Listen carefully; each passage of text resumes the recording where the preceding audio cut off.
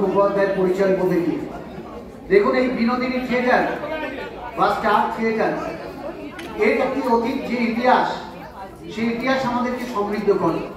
কারণ এই ইতিহাসের মধ্যে ত্যাগ তিতিক্ষার একটা নিদর্শন আছে। এই থিয়েটারের প্রত্যেকটি কাঠ পাথরে বিনোদিনীর ত্যাগের ইতিহাস আছে।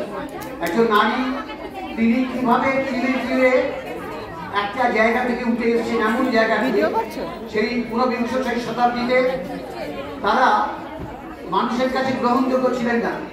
নাট্যকার গিরিশ ঘোষ তাকে নিয়ে এসেছিলেন অভিনয় জগতে মাত্র 12 বছর বয়সে। তিল তিল করে গড়ে তুলেছিলেন তাকে।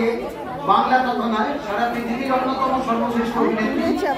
কারণ ঊনবিংশ শতাব্দীর মধ্যভাগে যখন বিনোদিনী মঞ্চব্যাপী অভিনয় করছেন, তাকে স্টার অভিনেত্রী বলা হতো।